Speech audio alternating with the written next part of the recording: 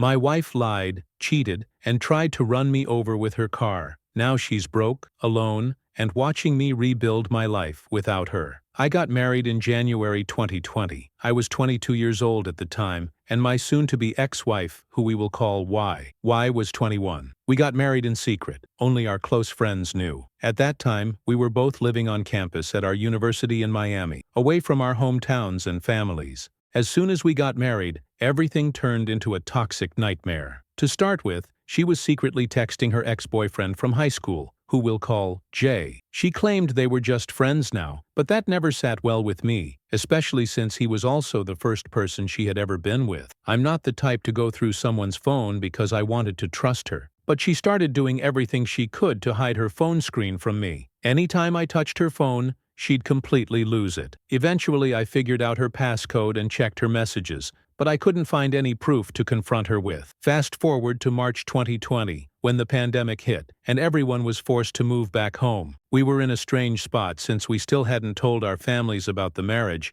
so we wore our rings in secret. Everything seemed fine until the first week of April 2020, when out of nowhere, she said she wanted a divorce. It shattered my heart to hear those words. I broke down crying, begging her to stay. I kept asking where I went wrong, or if I hadn't done enough for her. She just said she didn't love me anymore, and that she wasn't the one for me. For about a week, I did everything I could to save our marriage. I was completely at her mercy, trying to make it work, but she was incredibly stubborn. At the end of that painful week, I finally accepted that she didn't want to be with me anymore. It was tough, but I figured it was better not to drag things out any further. I only asked her to return the wedding rings I gave her, but she refused, saying they were a gift, and she had every right to keep them. Legally, she may have been correct, but I didn't think she deserved to keep them since we weren't staying together. The rings were real, and I was on a 3-year payment plan for them, having only made payments for 4 months so far. We argued about it over the phone, and eventually I hung up and cried alone in bed. My mom asked what was going on. I finally broke down and told her everything. She held me in her arms and told me it was going to be okay. The next day,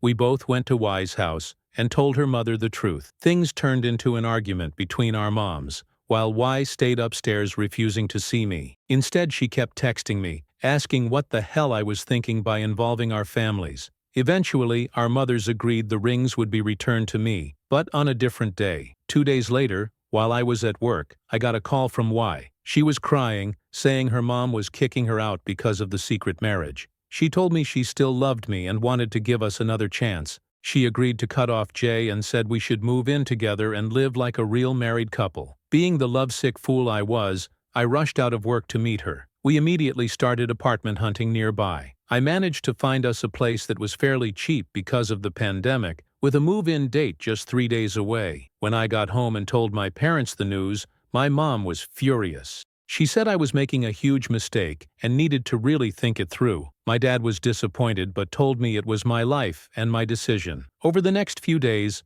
my friends helped me pack and move my stuff. I barely spoke to my parents during that time. It was especially heartbreaking for my mom. Seeing her so hurt crushed me. On our first day in the new apartment, it finally felt like our marriage was turning a corner. I was starting to feel that same joy I once had, before she ever mentioned divorce, but it didn't last. Just a few weeks later, after a night out for drinks, I checked her phone, and there they were. Messages between her and another ex. Let's call him E. The texts went all the way back to when she first asked for the divorce. My legs nearly gave out. She was passed out on the bed, but I woke her up by splashing water on her and immediately started screaming. She was still tipsy and confused, but I was beyond furious and yelled at her for 2 to 3 hours straight. At one point, I demanded she leave. As she started sobering up, she began lashing out, swinging at me, chasing me around the apartment, actually punching me a few times and scratching at me. I'm not a violent person. I took the hits and locked myself in the bedroom just to keep her away from me. She broke down crying and dropped to her knees, begging me to forgive her. She kept saying she'd do anything to fix things.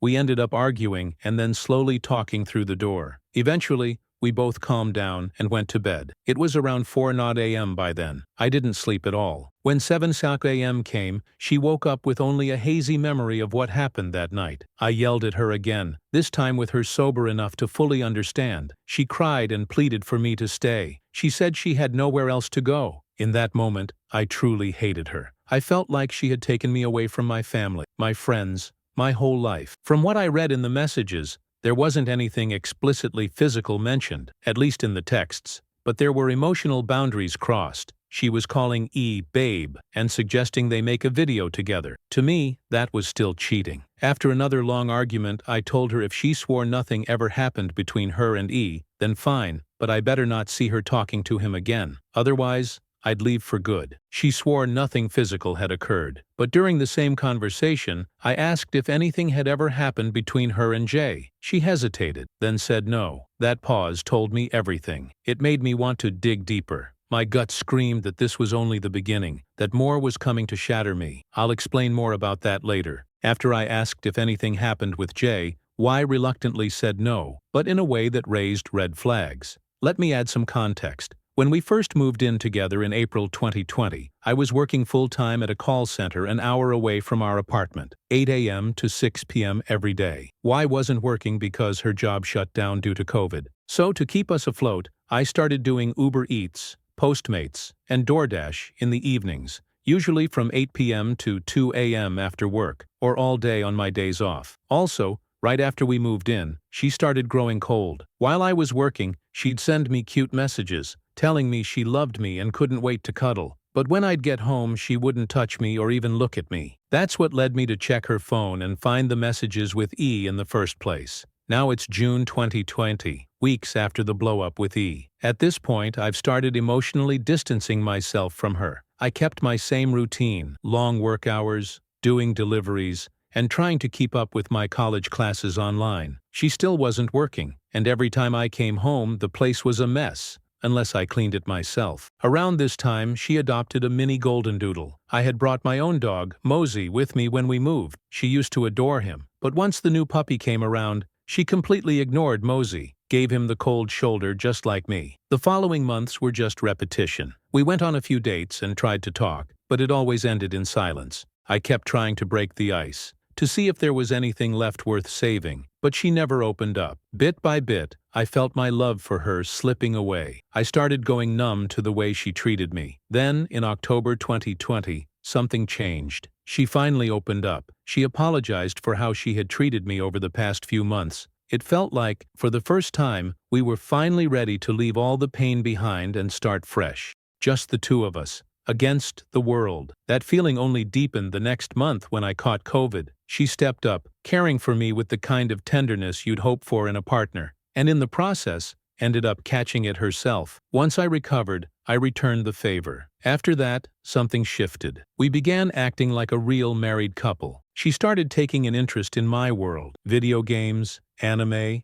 art, photography, even tagging along on my late-night delivery runs. We'd vibe to music together, and she'd help with the drop-offs too. We discovered new things about each other, went on dates, and honestly, it felt comforting just being around her again. The spark between us was slowly coming back, but deep down, I still held a secret grudge. It was hard to let go of everything that had happened. Things were going well, until just a few days before Valentine's Day 2021, when I made another devastating discovery. Over the past few months, I had occasionally checked her phone in secret. I never found anything new between her and E, just the same old conversations. But this time, I decided to dig deeper. I looked through her messages with her best friend, the one she would always vent to. Their chats were long, full of gossip, and filled with screenshots. Reading those messages made my heart sink. I found more details about her and Jay. Turns out she had slept with Jay just a few days before she asked me for a divorce,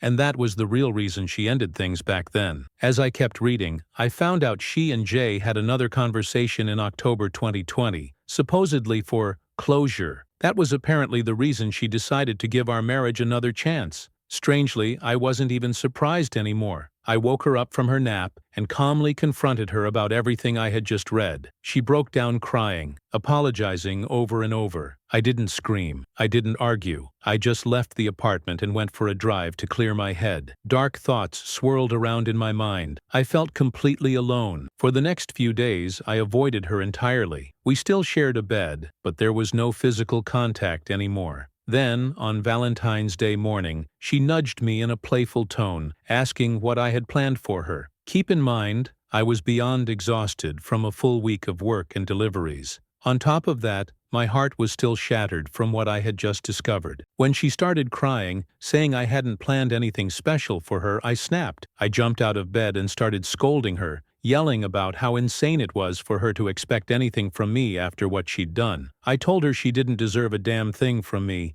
that our marriage was a complete disaster. Now you're probably wondering why I was still with her. To be honest, I didn't have the strength to do anything else. I was emotionally drained, a complete shell of who I used to be. I used to be full of life, creativity. I'd paint, draw, shoot videos, take photos. I was always chasing the next adventure. But now I felt hollow, like life had lost its purpose. I know it sounds foolish, but at the time, it just felt easier to pretend, easier to hide from the world. We were already so deep into the married life that it felt like there was no turning back. And even though she hurt me more than anyone ever had, I blamed myself for putting my happiness in her hands, for expecting her to make me whole, even as she was breaking me. That doesn't mean I forgave her, not even close. I just became numb. So after that discovery, we fell into yet another stretch of distance between us. Around April 2021, she went to Peru with her grandmother, and honestly, I was relieved to have the apartment to myself for once.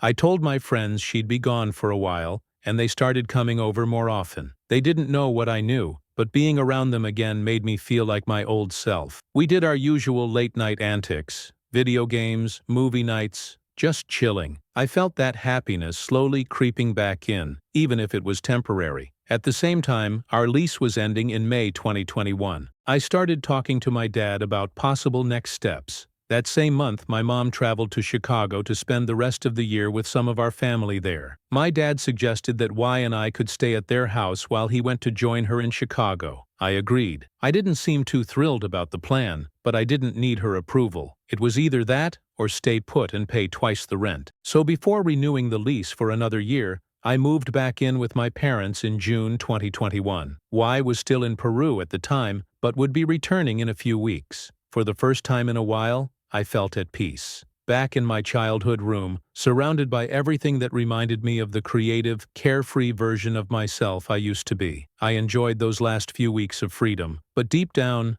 I knew it wouldn't last. When Y finally returned from her trip to Peru, everything started to spiral, and this next chapter nearly cost me my life. We had some good moments and some bad, but overall, there was still this blank, numb feeling I couldn't shake. I didn't even know how I felt about Y anymore. Was it anger, sadness, depression? I couldn't tell. Our relationship just felt like it existed without meaning. By early 2022, there was some sense of reconciliation between us. We started going out on dates again, opened up a bit more, and tried to figure out where we stood. Things seemed okay, until May 2022, when my life flashed before my eyes. I had invited some friends over to my parents' place to hang out and watch a boxing match. I let Y know in advance, told her it would just be a few hours, and warned her there might be some yelling since we get pretty into sports. She said she was fine with it. As the fight went on, we got louder and louder. She started angrily texting me, telling me to quiet down. Every time she came out to grab snacks or use the bathroom, she'd slam the door behind her. After the fight,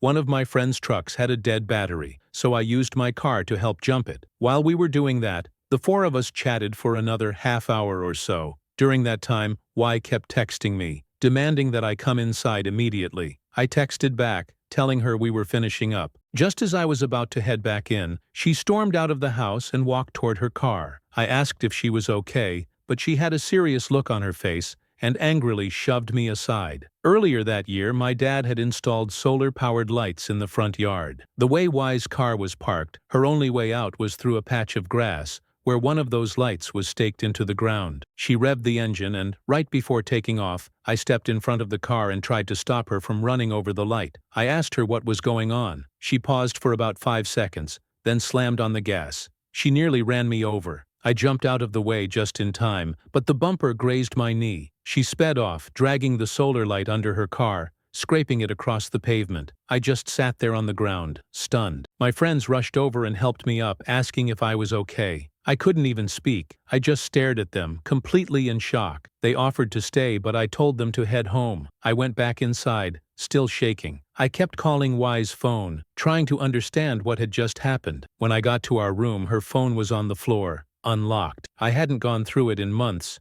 but in that moment, I did. And what I found made everything click. Turns out, Y and J had been having an ongoing affair from March 2020 all the way to October 2020. For months, all while I was working, suffering, and trying to rebuild what I thought was a real marriage. For the first time in a long time, I felt something clear inside me, something that told me what I should have done a long time ago. It was around 2 a.m., and I was still freaking out. I tried calling my sister, she lived just down the road, but she didn't answer. I eventually came back, trying to unlock the front door, but I had already added an extra lock. I slipped out the back and drove to my sister's house, hyperventilating the entire way. Y followed me. I pulled into their driveway, knocking frantically on the door. Seconds later, Y pulled up behind me. I pounded on the door until my sister and her husband opened up. That was enough to make Y back off. She drove away without saying a word. Inside, I broke down and told my sister everything. I cried in front of her for the first time and finally admitted the truth. Y had been cheating on me since the very beginning. It was a bitter pill to swallow, but I was finally ready to let this marriage go.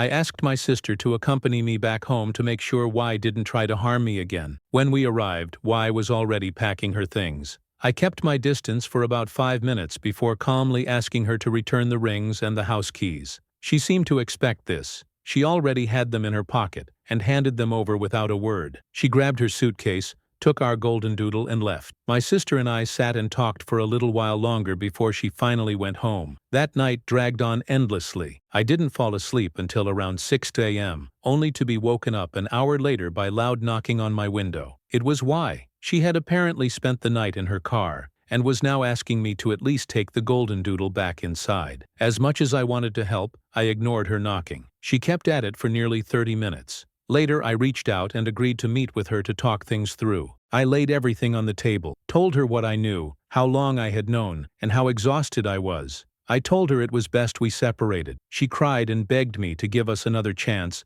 but I was completely drained. The emotional and physical abuse, the lies, the betrayals, it was all too much. As toxic as it sounds, what happened next actually brought me a strange sense of satisfaction. It felt like karma finally came for her after everything she'd put me through. I know it makes me sound like a jerk in this part, but honestly, I felt like I deserved to laugh, just once. By August 2022, she had found her own place and told me that if I ever wanted to work things out, I was welcome to move back in with her. My parents returned from Chicago about a week after we separated. Most of the furniture in our bedroom had been hers. She had made me throw away my bed, my dresser, basically everything I owned, because hers looked more sophisticated. Besides the bedroom items, we had a couch, tables, kitchen appliances, and more boxed up in a separate room of the house. The day she said she was coming to collect her stuff, my father and I moved everything out onto the driveway, but we didn't lift a finger to help them load it into the truck. She brought her mom, stepfather, uncle, and 2 aunts. None of them were exactly strong or physically capable. Even her grandma showed up, mostly just to supervise and do what little she could. What had taken my dad and me just 30 minutes to haul out took them nearly 3 hours to load. We watched from the window with a few drinks in hand, laughing quietly to ourselves as they struggled, especially since they were outside bad-mouthing us the entire time. I didn't understand why they had to involve my family in their gossip. But then again, that side of the family always talked crap about everyone and everything. After she moved into her new apartment, she started a job in her field of study. It paid well hourly, but she wasn't getting enough hours. She had too much pride to work a second job because she thought it was beneath her. Because of that, she started falling behind on rent, utilities, car payments, insurance, you name it. She reached out to me several times asking for money, but I refused. Her financial mess wasn't my responsibility anymore. She even tried to guilt-trip me by saying I shouldn't let our golden doodle suffer just because she was.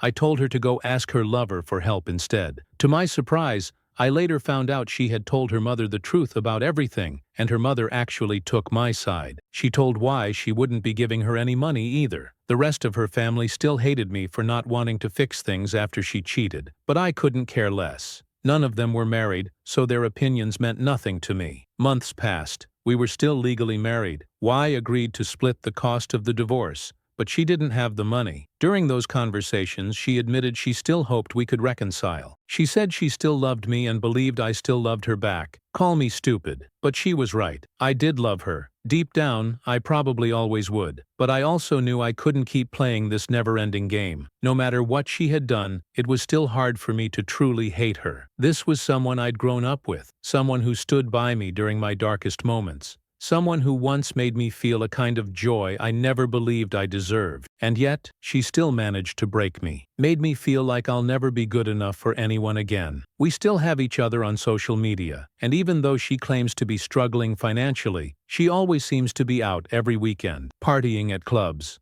Those nights usually end with her drunk texting or calling me saying she regrets how she treated me. Whenever I post something on Instagram or Snapchat about being out late, she's almost always the first to view my story. Within a minute, she's even told me I look happier without her. And while I wouldn't say I'm exactly happy, I do feel something close to freedom. Since she moved out, she's been in 2 car accidents just a few months apart. We're no longer on the same insurance plan, but she still called asking me to help her financially. I refused and told her she was on her own now. I'd kept her on my phone plan for a few months after the split, but I eventually cut her line off without telling her. A few days later, she angrily texted me, saying she had lost her number and had to buy a new phone because the old one was locked under my carrier. She couldn't call customer service since I was the account holder. She called me a piece of crap. I couldn't help but laugh. There's an ex-girlfriend I had before Y, someone I ended things with on good terms. We stayed friends up until I married Y, who made me cut all contact with her. She was scared my ex might try to rekindle something, so I blocked her. After Y and I split, my ex and I started hanging out again, strictly as friends.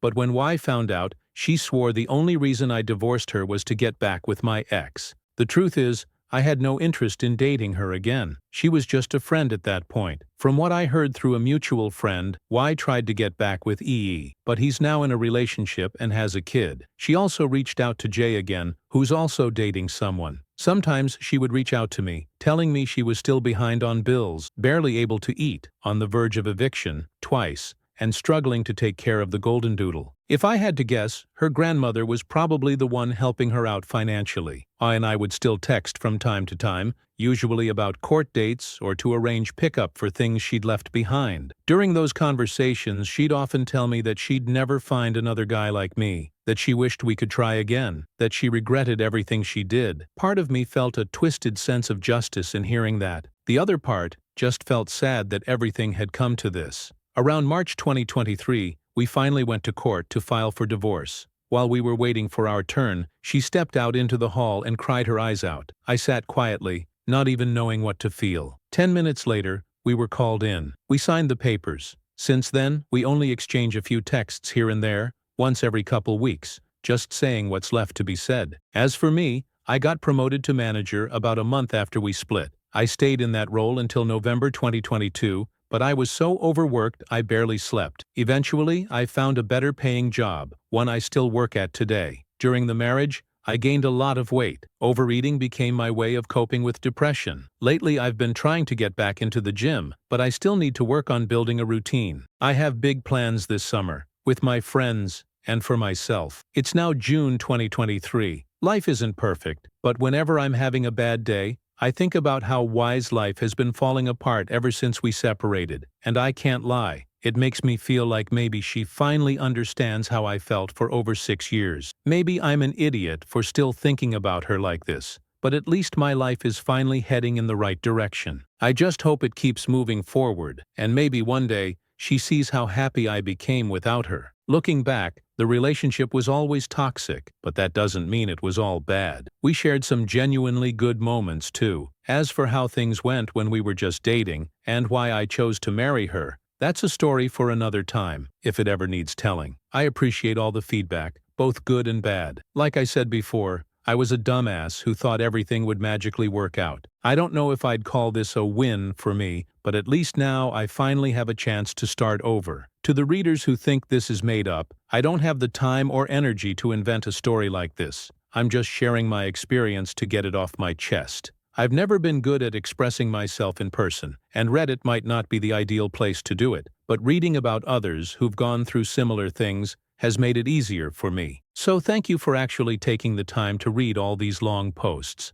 Sadly, this wasn't my first heartbreak. There was a relationship before this one that broke me and shaped who I am today. Sounds dramatic, I know, but it's the truth. Maybe I'll share that one day too. Yesterday, she gave me another reminder and also asked for a few items I still had of hers. I asked for a few things too. We still have each other on social media and see each other's stories. I don't go snooping, it just shows up when I'm browsing. Lately, she's been posting texts between her and the same guy, so I'm guessing she's talking to someone new or trying to get into another relationship. I don't think she's doing it to make me jealous. Knowing her, she just loves attention. She did the same kind of thing when she and I first started talking, but I don't feel jealous or angry. Honestly, I feel relieved. Let someone else deal with what I went through. All I can say to the new guy is, good luck. He's gonna need it. As for court, I'm actually excited. I feel like I'm finally closing the last chapter and moving on with my life. I said that even after the divorce, we could still be friends,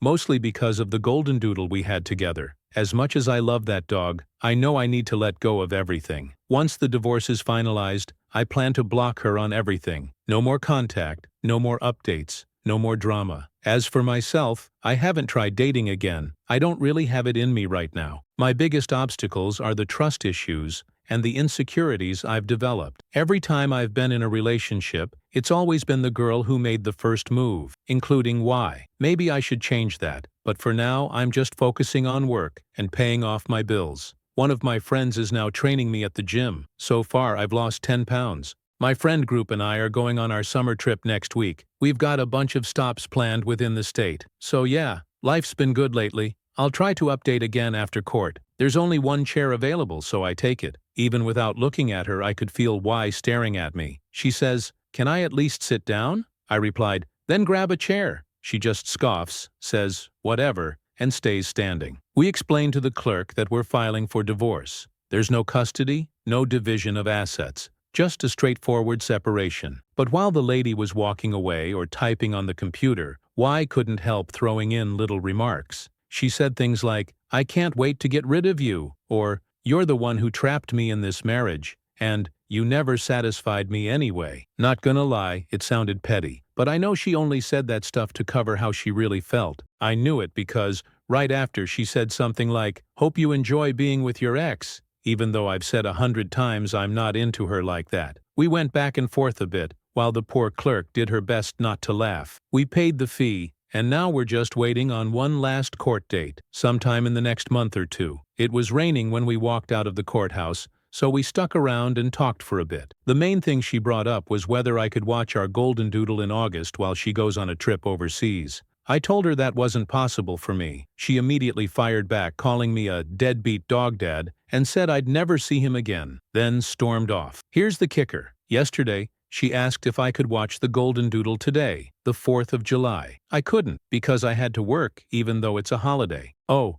and also, today's her birthday. She definitely won't be getting a happy birthday from me. Her family doesn't really celebrate birthdays anyway, especially her mom and stepdad, since they're both Jehovah's Witnesses. Her only real option today is her best friend, but I'm guessing she's busy with her boyfriend, not planning to spend the day babysitting Y. So yeah, here I am at work, counting down the 2 more days until vacation. Nothing really new or different since the last update.